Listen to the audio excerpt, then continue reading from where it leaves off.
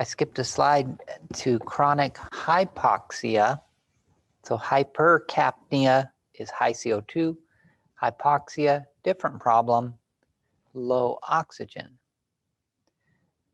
Normal is 90 to 100. You can get slightly low as 70, and still be sitting okay.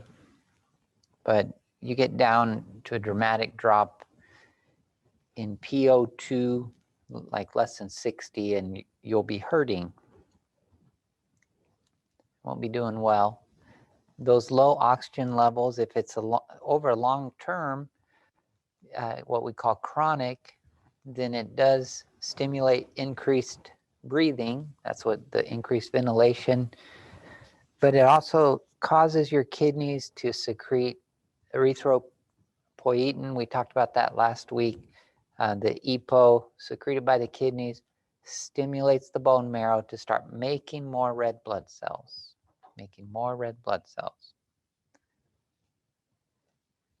The low oxygen level stimulates pulmonary vasoconstriction. Your lung blood flow constricts to areas of the lung where there's low oxygen. And it does that to hopefully increase the blood flow to areas of the lung with higher oxygen. What that can do, though, is cause pulmonary hypertension.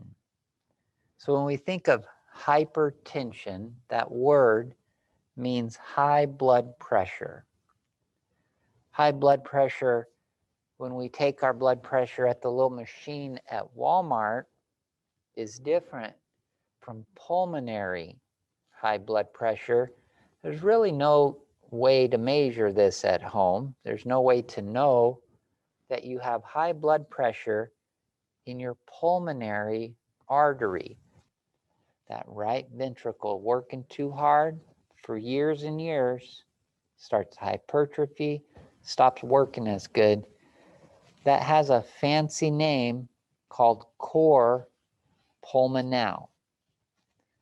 Cor pulmonale is just right-sided heart failure caused by bad lungs.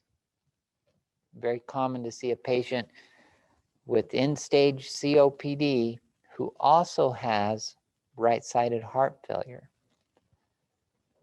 Two totally different problems, but they're all caused by that high blood pressure in the pulmonary artery. Very difficult to treat also. We can't really measure it, and very difficult to treat. Cor pulmonale, caused by high blood pressure in the pulmonary artery. This is a picture is also in your book, how that low oxygen level causes your kidneys to release erythropoietin, causes your red bone marrow to release more red blood cells, which hopefully increases the oxygen carrying capability of the blood. The more red blood cells, the more oxygen you can carry.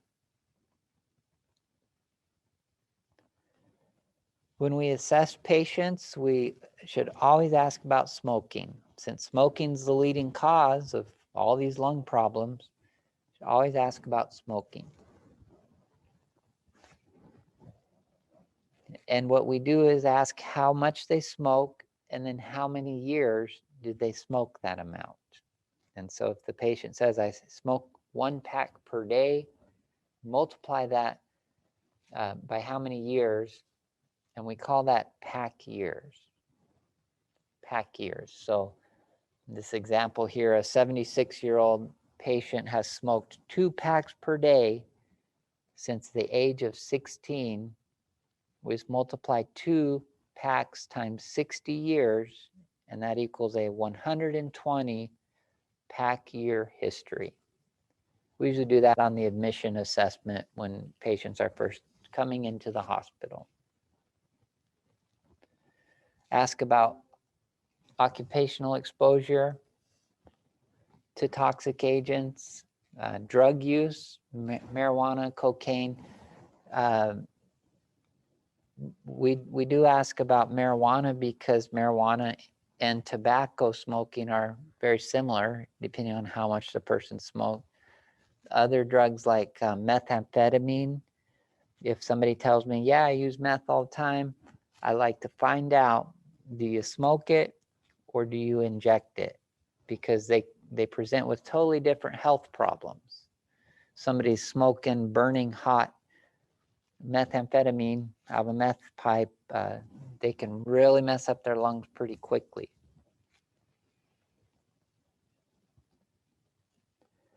We listen, that's what the word auscultation means.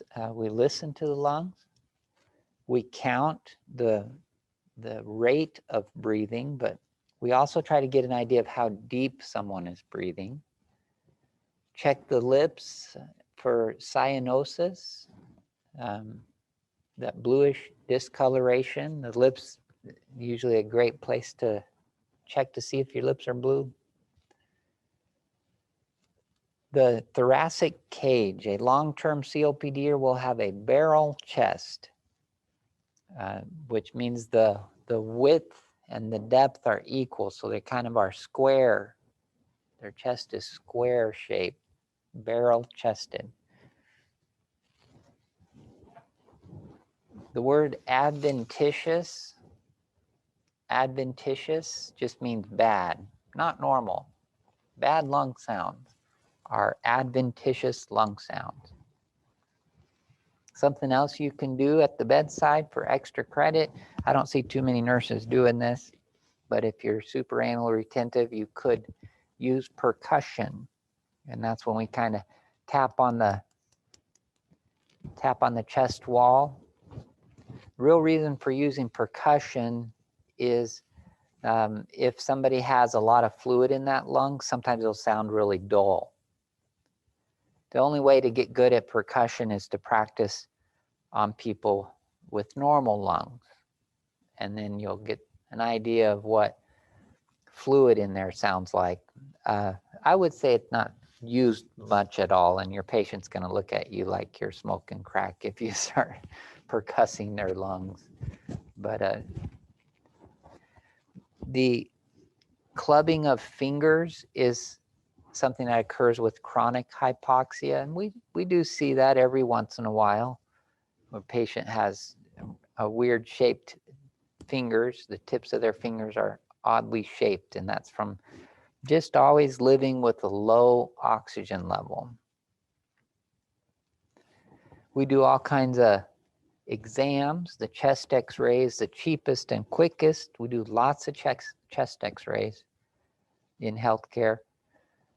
If there's something worrisome on the chest x-ray that we can't see real well, then we'll order a CAT scan. Even more detailed is an MRI. We do CAT scans all the time as well because they're getting cheaper, easier to do. We don't do MRIs a ton in healthcare unless we're really concerned, and usually we're looking for cancer in that situation. Nice thing about the MRI is it doesn't expose you to radiation. The downside to MRI is it uses a giant magnet, and so if you have metal implanted in your body, you can't go into the machine. The other problem with the MRI, takes forever. It's a slow exam. The modern CAT scanners, we can zip you in and out in a couple minutes. Get a whole picture of your chest with the CAT scanner, super fast. The MRI, you're looking at a solid hour laying in this coffin-like machine. So some patients can't tolerate the claustrophobia of the MRI machine. And also, if your patient is critically ill, we can't leave them alone for that whole hour.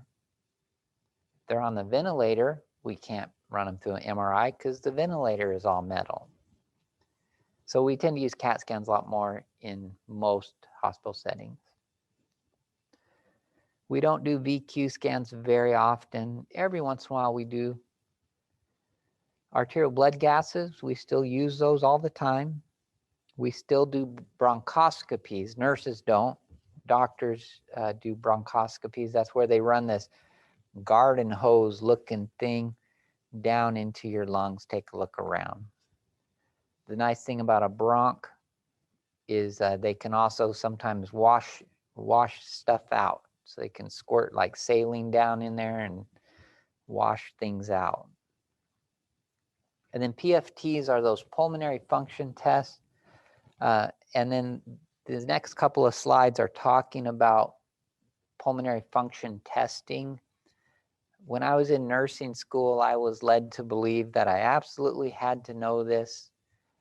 And I studied it over and over again. And I've never used it once in my actual healthcare bedside practice. So do stare at this slide for a while and try to make sense of it, because a lot of times you'll see this on exams. If you're going into respiratory therapy, absolutely you have to know this. This is the respiratory therapist. This is their whole deal. But as far as nursing goes or surgical tech, you really don't need to know this, but it is kind of interesting.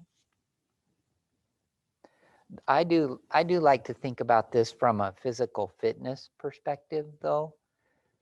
If you have a Garmin fitness watch, Garmin makes use of this concept because they like to measure your VO2 max, it's called, your VO2 max. And I like that feature of the Garmin fitness watch. I don't know if the Apple Watch measures VO2. Does anyone have an Apple Watch that does that? This Fitbit Sense that I'm wearing, it's a Fitbit. It also measures your VO2 max. VO2 max is, they can mathematically tell you how old you are biologically. And I kind of like that because I can compete with myself. If you train hard and run extra fast, you can get your VO2 max to go up, which means your biological age has gone down. So I'm in my 40s and I'm always trying to get my VO2 max way down there. So biologically, I'm only 30 or even only 20 years old. The reason this picture applies to your VO2 max is one way to increase your VO2 max, which means you are technically younger than you actually are, is to improve your lung volumes, improve your tidal volume, and improve your vital capacity. If you can take a deeper breath, that means that your body can take in more oxygen then binds to those red blood cells. And that's essentially what VO2 max is measuring.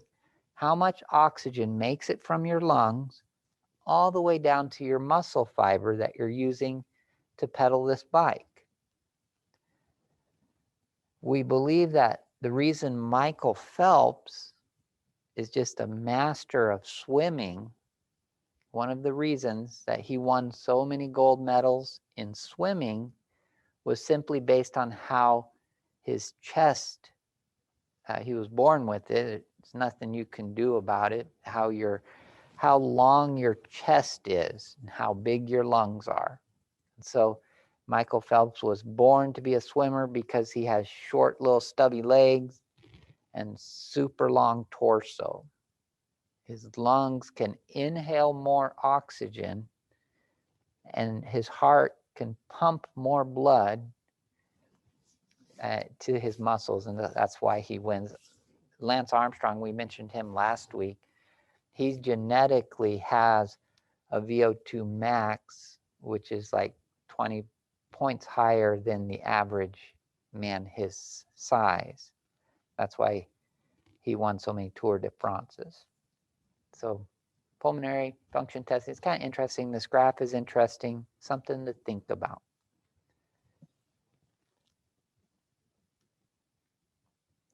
That next slide is just more of those same numbers. And so we can classify pulmonary disorders based on what those numbers look like. We use this in healthcare the most when it comes to treating our asthma patients, though. And a very common treatment for asthma are the bronchodilators. You can have a long-acting or short-acting beta agonist. And you can also have inhaled corticosteroids. The book abbreviates those as IC. The combination of those can really the inhaled corticosteroids are the treatment of choice for our real brittle asthmatics, especially our kids. If we can get those kids to take that bronchodilator every day, they'll do much better in life. The long-acting beta-2 adrenergic agonist, it's like a long-acting albuterol. They haven't, the research hasn't shown them to be as amazing as we thought they were going to be. What I mean by that is people still die the exact same time. They don't prolong life, and they don't impact mortality, and they don't seem to impact morbidity either. But the experts on these are the pulmonologists. So if you have a kid with asthma and you're concerned, I would definitely go see a true pulmonologist, which is a doctor that specializes in this lung stuff. And they can often dial in which inhalers work the best. Nebulizers we use a lot. We use a lot of nebulizers in healthcare. The hospitals this last year are trying to get away from nebulizers. We're seeing a lot of patients at Brian West. We're trying to put everybody on a little inhaler, it's called, where they just push the button and breathe it in. The nebulizer is usually a mask or a pipe that the patient holds, and it's blowing air through the medicine and nebulizing it into particles that you breathe in. Problem with that, we found out, is that just spreads the coronavirus all over the hospital. You imagine you got a whole ward of people who are positive for COVID, and then we just put this pipe in their mouth that's nebulizing medicine, and then it's just spreading all over. So Brian West, they just don't even have nebulizers going unless it's specifically in a isolation situation. Try not to. So we're using more of the rescue inhalers, the little one puff deals. Some examples of obstructive disorders: asthma, COPD, bronchiectasis. You'll never really see it, very uncommon diagnosis. I wouldn't worry too much about knowing that, but do know COPD. You'll take care of that patient every single day.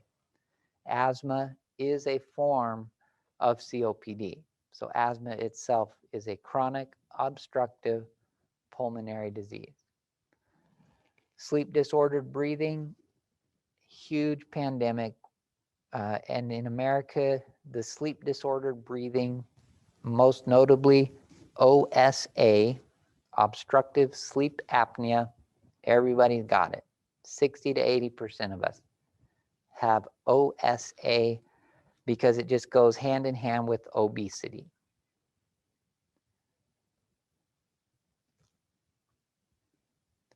Asthma is a hyperreactive airway disease of the bronchioles, and it's reversible. So this is very commonly seen in kids, even though the most commonly new diagnosed person with asthma is actually an adult. So adult onset asthma Very common diagnosis.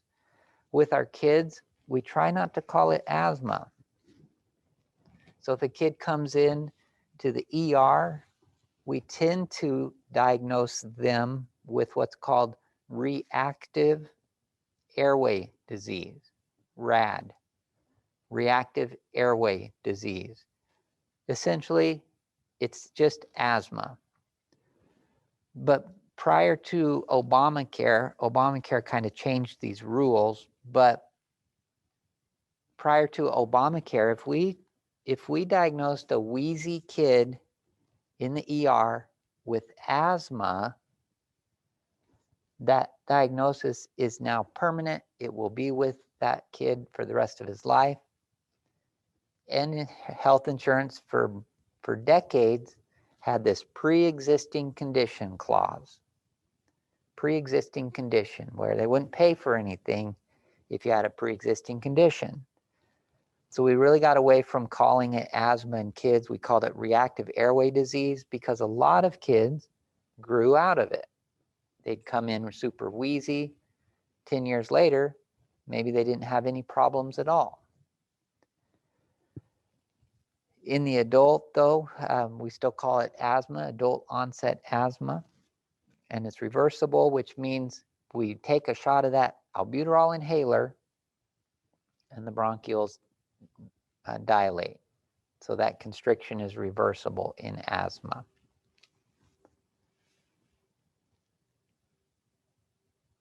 This is a good picture. Study this picture because this patient is, you will just take care of this exact person every single day, every single day. A normal bronchiole is nice, wide open, and there's no inflammation. But in the asthmatic person, those airways are inflamed, which means they're getting narrower. The other component, which doesn't show up on this slide, is they also have mucus production. So not only are those airways all narrowed, but they're all plugged up with snot, just green mucus, snot. Very difficult to move air through that bronchoconstricted airway. So we do a lot of things, but bronchodilators are the best thing, either rescue inhaler or nebulized. And that's essentially asthma.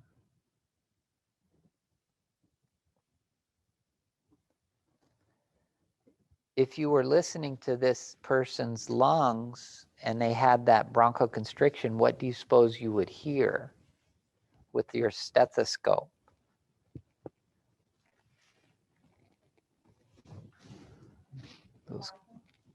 Those constricted airways, they're called wheezes, is what we call the sound that you hear, wheezes.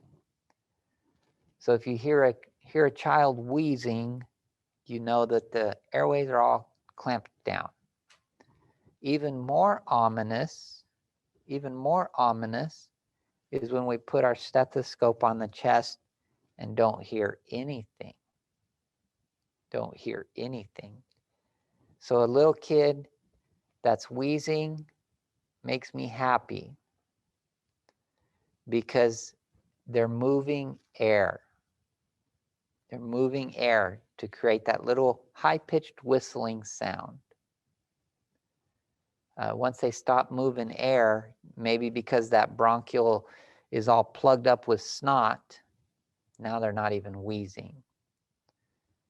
So wheezing and asthma go hand in hand.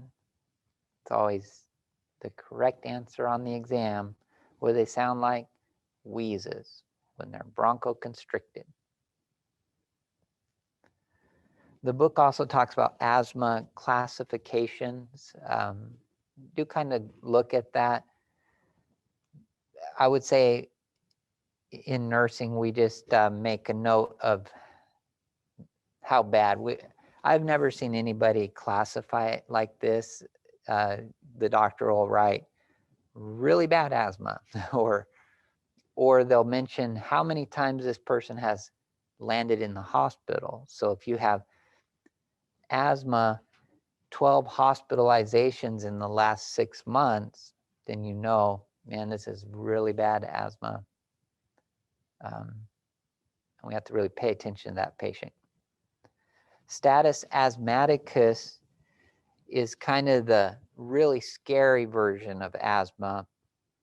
And this is that persistent bronchoconstriction, even though we're doing all kinds of breathing treatments, just running tons of breathing treatments, we can't get the wheezing to get better.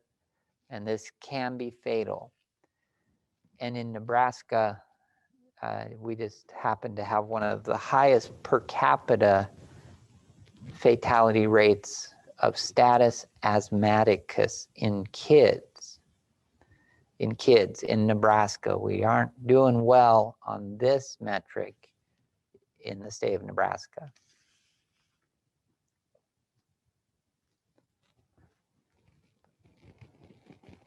COPD, chronic obstructive pulmonary disorder, we've got variations of it. Chronic bronchitis is one, emphysema, and hyperreactive airways, which is another way of saying asthma.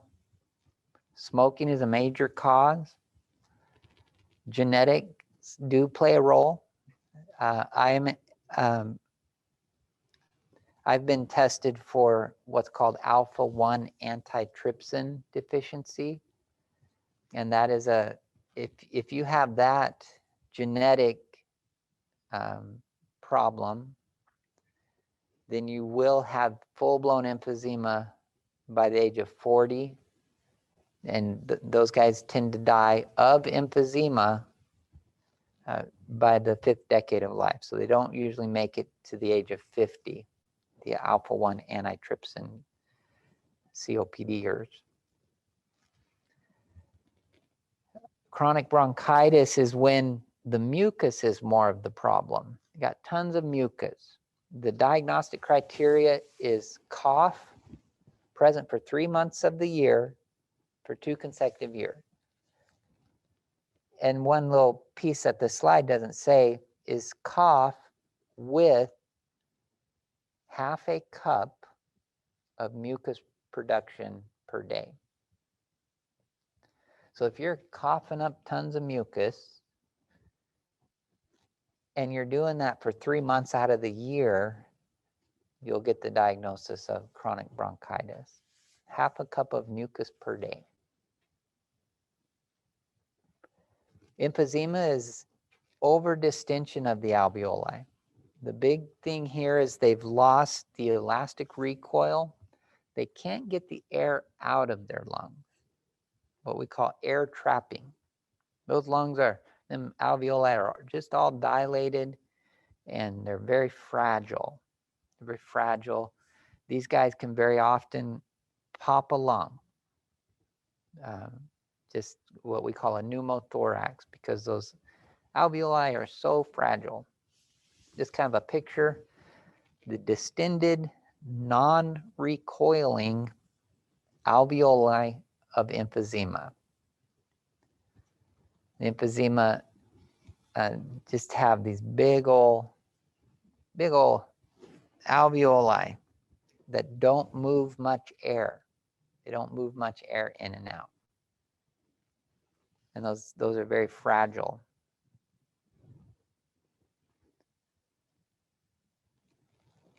So chronic bronchitis, lots of snot, tons of snot production. Cannot get air in because of all that mucus plugging.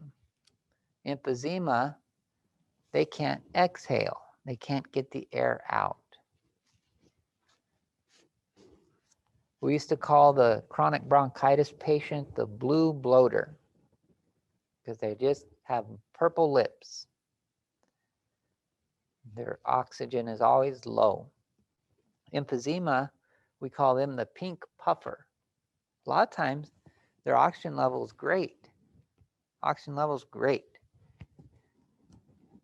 But their CO2 is always high, always at a risk of climbing higher.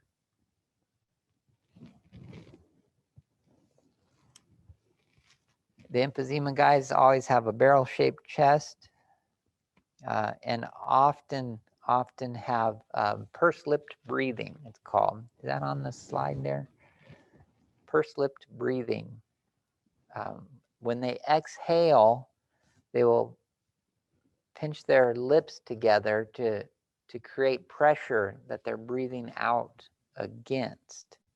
What they're kind of trying to do, it's instinctual, they often don't know they're doing it, is they're creating a backward pressure to try to help with their CO2. It's called PEEP is the name, positive end expiratory pressure, PEEP. So the emphysema guys are always auto-peeping, called pursed-lipped breathing.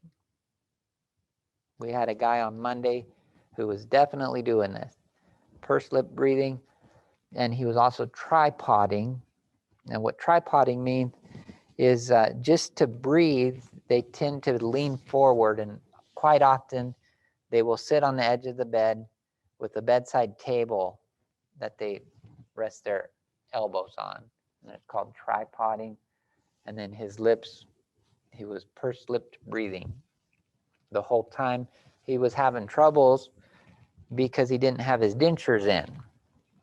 And so he couldn't get his lips to really purse very well.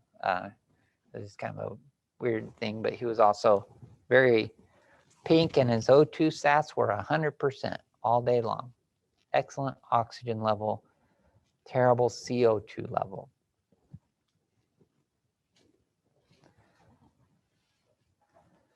We talked about cor pulmonale, increased workload on the right ventricle. If you have an increased workload on the right ventricle, I'll show you my little heart again. We call that right-sided heart failure.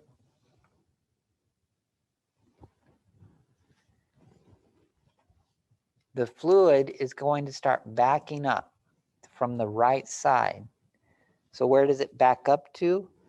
The inferior and superior vena cava, because it goes from right ventricle, right atria, and the superior vena cava is dumping blood into the right atria, but now the blood is backing up.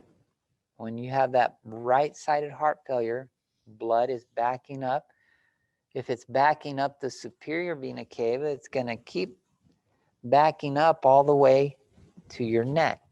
So your neck is just sitting right up above where this heart model ends. And we can measure that. We can see it in your jugular veins. It's called JVD, jugular venous distension. If that fluid is backing up from the right side of the heart down the inferior vena cava, and that's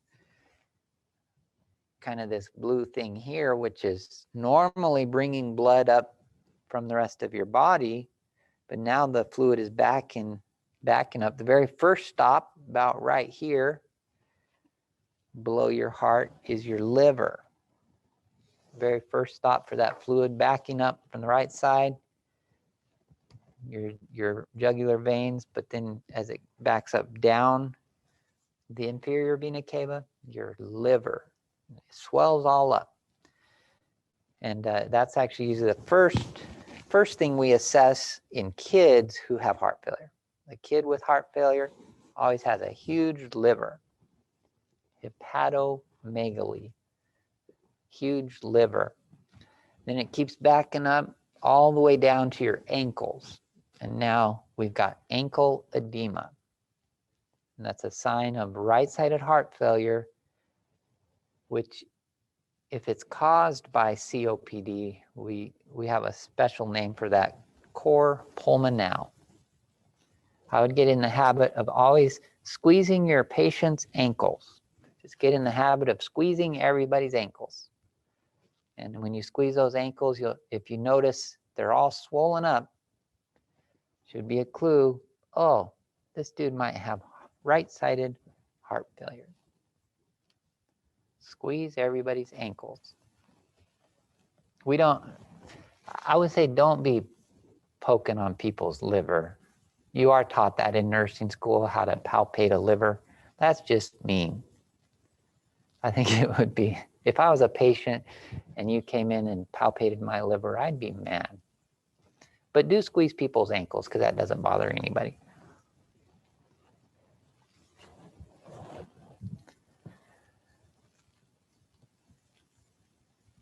I'm going to skip a slide. I went up to bronchiectasis. There's a little couple paragraphs in the book about that. I won't talk about it too much, other than it sounds miserable, and it's usually caused by an untreated infection. Bronchiectasis. The sleep disordered breathing, most common that we see is obstructive sleep apnea. And if you are ever accused of snoring loudly at night, you probably have the OSA. If you are a snorer, if you're waking your family up with snoring, probably obstructive sleep apnea. That's one reason I bought this Fitbit, because it has an O2 sat monitor on it. It's not truly diagnostic, but it kind of is. If you are snoring loudly and you look back at your phone in the morning and it says your O2 sat's dropped a couple times during the night, then you probably do have OSA. You should go see your doctor. The Apple Watch is pretty good about this. If you have an Apple Watch and actually charge it during the day so that you can sleep with it, because the iPhone itself, the sleep health tracking on the iPhone, I think most of your Samsungs will do this too. You can get an app that will record any noise in the bedroom at night, and it will record if you're snoring. And so the iPhone, a bunch of the fitness trackers are kind of a way to get an idea if you have OSA.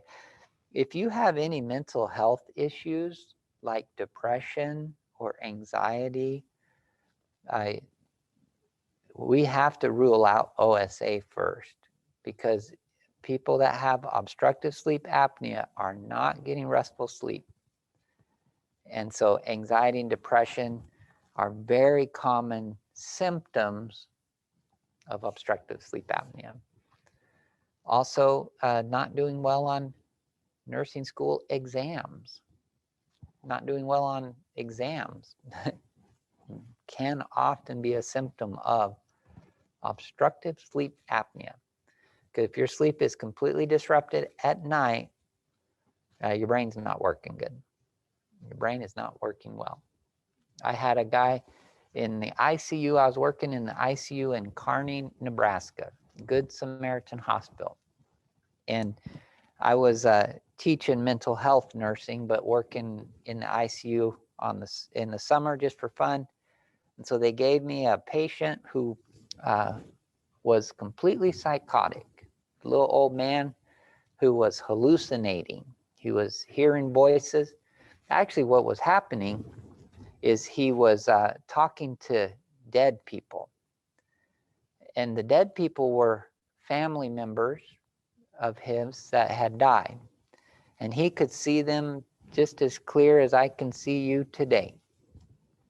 So he would just sit up in his recliner and have long conversations with his mom. His mom had died 15 years before. He's talking to his dad. His dad had died 20 years before. His brothers. He had 10 different family members he was talking to all day in the room. When I was talking to his wife, man, my battery's running low again. I seem to have a problem with my battery. I was talking to his wife and I said, how long has he been talking to dead people? And she said, a couple years now. He doesn't mind. He's not lonely. He enjoys it. I've never seen the dead people he's talking to, but he gets mad at me, the wife said. He gets mad at me when I tell him I can't see his dad or mom. What had happened is he did have lung disease. He had heart failure, but the biggest problem he had was obstructive sleep apnea. And so what happened is as soon as he would start to doze off and actually get a good night's sleep, within a minute of truly getting into a sleep cycle, he would occlude his airway and snap awake. He'd just start drifting off to sleep again, occlude his airway, snap awake.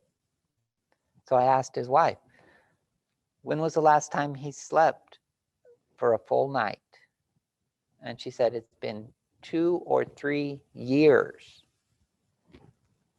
And interestingly, that was about the same time frame when the dead people started to appear. So he was actively hallucinating. What they ended up doing, the pulmonologist and the family decided to put a trach in. They tried BiPAP masks and different things that didn't work. They put a trach in. And that same night, he slept for the first time in 2 years. Just slept like a log for 12 straight hours because he had a trach in. He wasn't occluding his airway. And when he woke up, he was pissed off because all of his family had gone. All of the dead people he'd been talking to for the last couple of years. His hallucinations cleared up immediately. So obstructive sleep apnea definitely has an impact on mental health and how the brain is functioning. OSA, pneumothorax, I would encourage you to read the pneumothorax section. That's the collapsed lung section in the book. This is can be a very dangerous situation when it turns into what's called, I skipped quite a few slides, a tension pneumothorax. A tension pneumothorax is a run, don't walk emergency.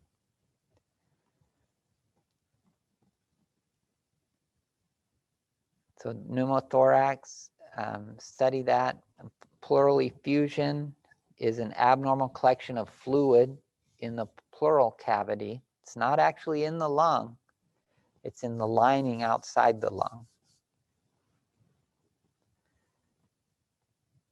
Most commonly seen, I see it in cancer patients a lot. And then also in heart failure patients. So pleural effusion and pneumothorax. I think that's about all I have for you today. That's the important stuff in that chapter. Next week we do have an exam. Make sure you look at the study guide.